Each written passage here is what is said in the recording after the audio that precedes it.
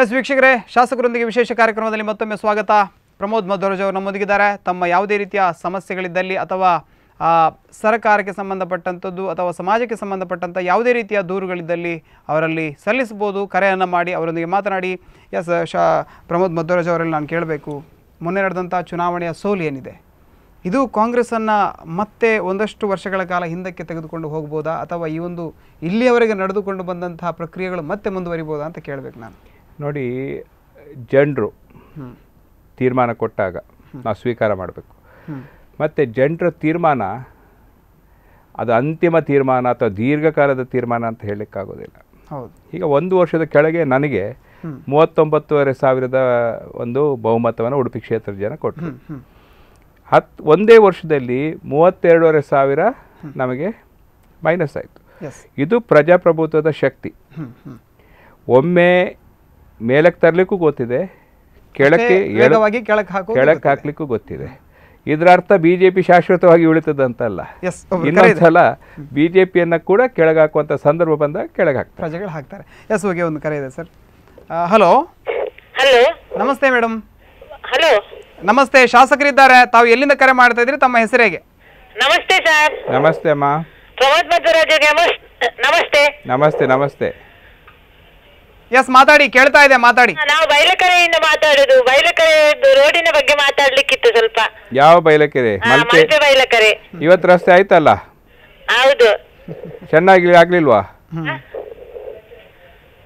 S, ರಸ್ತೆ ಕೆಲಸವನ್ನು ಇವತ್ತು ಪ್ರಾರಂಭಿಸಿದ್ದಾರೆ ಅಂತ ಹೇಳ್ತಾ ಇದ್ದಾರೆ. ಅಂದ್ರೆ ಸ್ವಾಮಿ, ನಾವು ಬಸ್ ಇಳಿದು ಬರುವಾಗ, ರಸ್ತೆಯಲ್ಲಿ ಬರುವಾಗ ಅಲ್ಲಿ ರಿಕ್ಷಾದವರು ಬರ್ಲಿಕ್ಕೆ ಕೇಳುದಿಲ್ಲ, ಬಸ್ಸಿನವರು ವಿಷಯ ಹೇಳ್ತಾರೆ. ಈಗ ಎಲ್ಲಿದು? ನಾವು ಮಕ್ಕಳು ಶಾಲೆಗೆ ಹೋಗುವ ಮಕ್ಕಳಿಗೆಲ್ಲ ತೊಂದರೆ ಆಗ್ತದೆ. ಈಗ ಮಳೆಗಾಲ ಬರೋ ಮುಂಚೆ ಒಂದು ರಸ್ತೆ ರಿಪೇರಿ ಮಾಡಿ.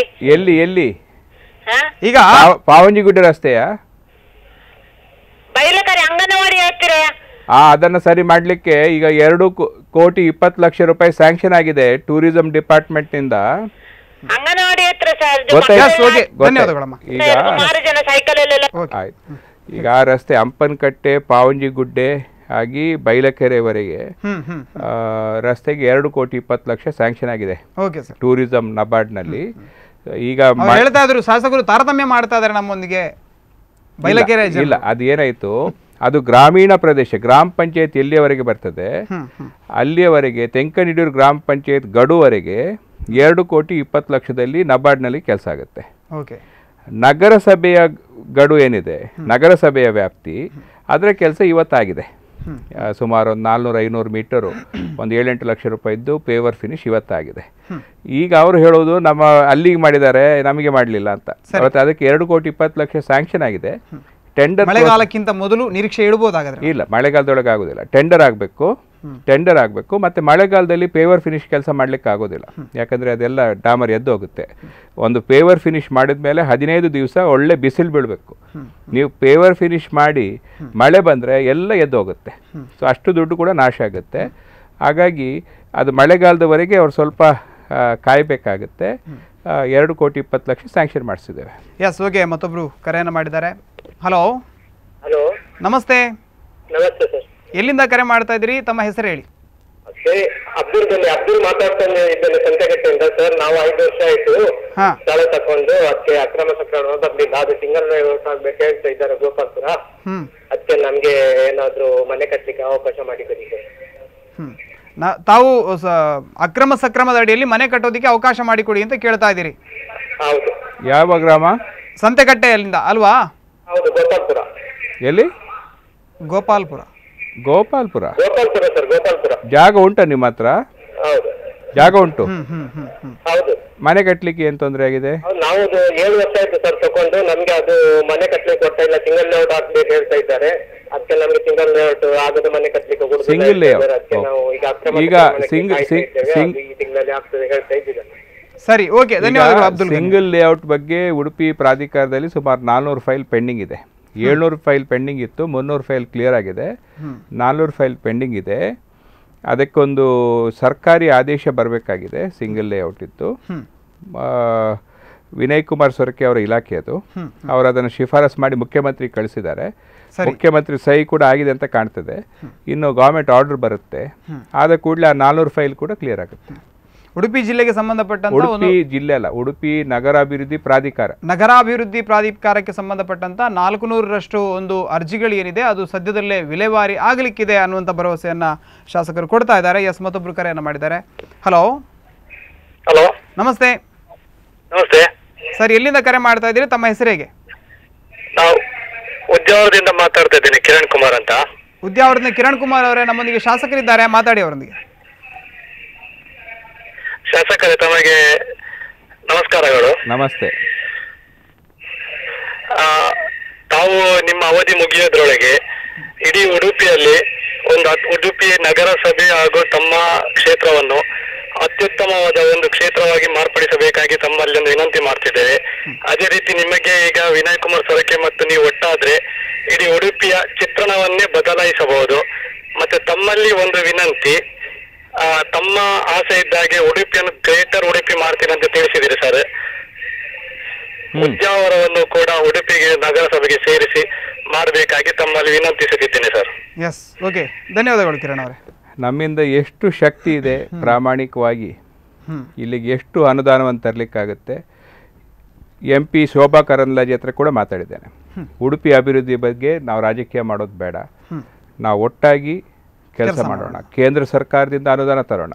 ಹೆಸರು ಯಾರಿಗೂ ಹೋಗಲಿ, ನಮಗೆ ಹೆಸರು ಅಗತ್ಯ ಇಲ್ಲ, ನಮಗೆ ಕೆಲಸ ಆಗಬೇಕು. ಸೊ ಹಾಗಾಗಿ ಕೇಂದ್ರ ಸರ್ಕಾರ ರಾಜ್ಯ ಸರ್ಕಾರದಿಂದ ಗರಿಷ್ಠ ಪ್ರಮಾಣದ ಅನುದಾನ ತಂದು ನಾವು ಉಡುಪಿಯನ್ನು ಒಂದು ಮಾದರಿ ಕ್ಷೇತ್ರವನ್ನಾಗಿ ಮಾಡಲಿಕ್ಕೆ ಸಂಪೂರ್ಣ ಬದ್ಧರಾಗಿದ್ದೇವೆ. ಎಸ್, ಮತ್ತೊಬ್ರು ಕರೆಯನ್ನು ಮಾಡಿದ್ದಾರೆ. ಹಲೋ ಹಲೋ, ನಮಸ್ತೆ.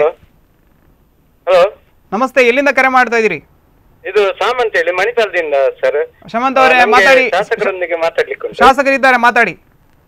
ನಮಸ್ತೆ ಸರ್, ನಾನು ನಮಸ್ತೆ, ಮಣಿಪಾಲದಿಂದ ಸಾಮಂತ್ ಅಂತ ಹೇಳಿ. ಹೇಳಿ. ನಮ್ಗೆ ಮಣಿಪಾಲ ಅಂತಾರಾಷ್ಟ್ರೀಯ ಸಿಟಿ, ಇದು ಮಳೆಗಾಲ ಬರುವಾಗ ಬಸ್ ಸ್ಟ್ಯಾಂಡು ಇಲ್ಲ ನಮ್ಗೊಂದು.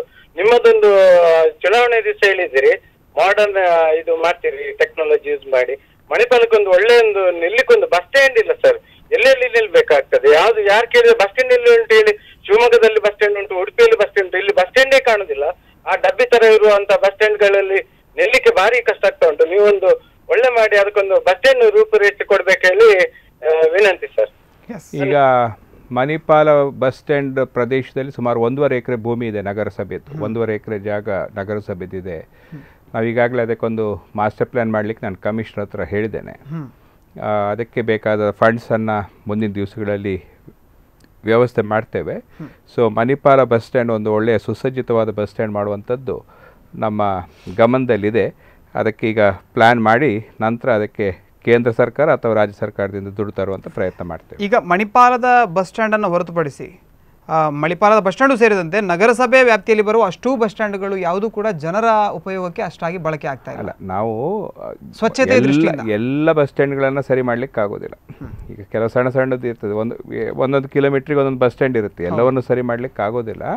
ಅಂತೂ ಮಲ್ಪೆ ಮತ್ತು ಮಣಿಪಾಲ ಇದು ಎರಡನ್ನು, ಮತ್ತೆ ಸಾಧ್ಯ ಆದರೆ ಕಲ್ಯಾಣಪುರ, ಈ 3 ಬಸ್ ಸ್ಟ್ಯಾಂಡ್ಗಳನ್ನು ಒಳ್ಳೆ ರೀತಿಯಲ್ಲಿ ಮಾದರಿ ಬಸ್ ಸ್ಟಾಪ್ ಆಗಿ ಅಭಿವೃದ್ಧಿ ಪಡಿಸಬೇಕು. ಅದರ ಜೊತೆಗೆ ಒಂದು KSRTC ಬಸ್ ಸ್ಟಾಪನ್ನು ಕೂಡ ಬನ್ನಂಜೆಯಲ್ಲಿ ನಮ್ಮ ನಾರಾಯಣಗುರು ಸಭಾಂಗಣದ ಎದುರುಗಡೆ ಅಲ್ಲಿ 3.5 ಎಕರೆ ಭೂಮಿ ಇದೆ, PWD ಇದ್ದು. ನಾವು ಈಗಾಗಲೇ ಮುಖ್ಯಮಂತ್ರಿಗಳ ಹತ್ರ ಮಾತಾಡಿದ್ದೇನೆ. PWD ಇಲಾಖೆಯವರು ಅದನ್ನು ಬಿಟ್ಕೊಡ್ಲಿಕ್ಕೆ ಕೇಳ್ತಾ ಇಲ್ಲ. ಸರಿ. ಸೊ ಅವರನ್ನು ಮನವರಿಕೆ ಮಾಡಿ KSRTCಗೆ ಹ್ಯಾಂಡ್ ಓವರ್ ಮಾಡಿ ಒಂದು 15-20 ಕೋಟಿದ್ದು ಒಂದು KSRTC ಬಸ್ ಸ್ಟ್ಯಾಂಡ್, ಅದಕ್ಕೆ ದುಡ್ಡು ರೆಡಿ ಇದೆ. KSRTC ಬಸ್ ಸ್ಟ್ಯಾಂಡ್ಗೆ ದುಡ್ಡು ರೆಡಿ ಇದೆ, ಜಾಗ PWD ಅವರು ಹ್ಯಾಂಡ್ ಓವರ್ ಮಾಡಬೇಕು. 3 ಮುಖ್ಯಮಂತ್ರಿಗಳು ಅದನ್ನು ರಿಜೆಕ್ಟ್ ಮಾಡಿದ್ದಾರೆ. ಸದಾನಂದ ಗೌಡರು, ಯಡಿಯೂರಪ್ಪರು ಮತ್ತು ಅವರಿಗಿಂತ ಮುಂಚೆ ಇರುವವರು ಎಲ್ಲ ಮುಖ್ಯಮಂತ್ರಿಗಳು ಅದನ್ನು ರಿಜೆಕ್ಟ್ ಮಾಡಿದ್ದಾರೆ. ನಾನು ಈಗಿನ ಮುಖ್ಯಮಂತ್ರಿಗಳಿಗೆ ಹೇಳಿದ್ದೇನೆ, ಹಿಂದಿನ ಮುಖ್ಯಮಂತ್ರಿಗಳಾಗಿ ರಿಜೆಕ್ಟ್ ಮಾಡಬೇಡಿ, ನಮಗೊಂದು KSRTC ಬಸ್ ಸ್ಟ್ಯಾಂಡ್ ಬೇಕು. ಆಸ್ಕರ್ ಫರ್ನಾಂಡಿಸ್ ಕೂಡ ಅದರ ಬಗ್ಗೆ ಆಸಕ್ತಿ ವಹಿಸಿದ್ದಾರೆ, ಮುಖ್ಯಮಂತ್ರಿಗಳ ಹತ್ರ ಮತ್ತು PWD ಮಿನಿಸ್ಟರ್ ಹತ್ರ ಮಾತಾಡಿದ್ದಾರೆ. ಎಸ್, ಓಕೆ, ಮತ್ತೊಬ್ಬರು ಕರೆಯನ್ನು ಮಾಡಿದ್ದಾರೆ. ಹಲೋ ಹಲೋ, ನಮಸ್ತೆ. ಹಲೋ ನಮಸ್ತೆ, ಎಲ್ಲಿಂದ ಕರೆ ಮಾಡ್ತಾ ಇದ್ದೀರಿ? ನಾವು ಉಪ್ಪೂರಿಂದ ಕರೆ ಮಾಡ್ತಿದ್ದೇವೆ. ಉಪ್ಪೂರಿನಿಂದ ಶಾಸಕರಿದ್ದಾರೆ, ನಮ್ಮೊಂದಿಗೆ ಮಾತಾಡಿ. ಹಲೋ. ಎಸ್, ಮಾತಾಡಿ, ಕೇಳ್ತಾ ಇದೆ. ಶಾಸಕರಿದ್ದಾರೆ, ಮಾತಾಡಿ. ಹಲೋ ಸರ್, ನಿಮ್ಮ ಕಾಂಗ್ರೆಸ್ ಸರ್ಕಾರ ಬಂದ ಮೇಲಿಂದ ನಮ್ಗೆ ರೇಷನ್ ಕಾರ್ಡಿಗೆ APL ಅವರಿಗೆ ಅಕ್ಕಿ ಎಂತ ಸಿಕ್ಕುದಿಲ್ಲ ಸರ್. ಓಕೆ, ಧನ್ಯವಾದಗಳು. ಈಗ APL ಅವರಿಗೆ ಅಕ್ಕಿ ನಿಲ್ಲಿಸಿದ್ದು ನಾವಲ್ಲ, ಕಾಂಗ್ರೆಸ್ ಸರ್ಕಾರ ಅಲ್ಲ. ಜಗದೀಶ್ ಶೆಟ್ಟರ್ ಸರ್ಕಾರ ಇರುವಾಗಲೇ ಮಾರ್ಚ್ ತಿಂಗಳಿಂದ APL ಅಕ್ಕಿಯನ್ನು ನಿಲ್ಲಿಸಿದ್ದಾರೆ.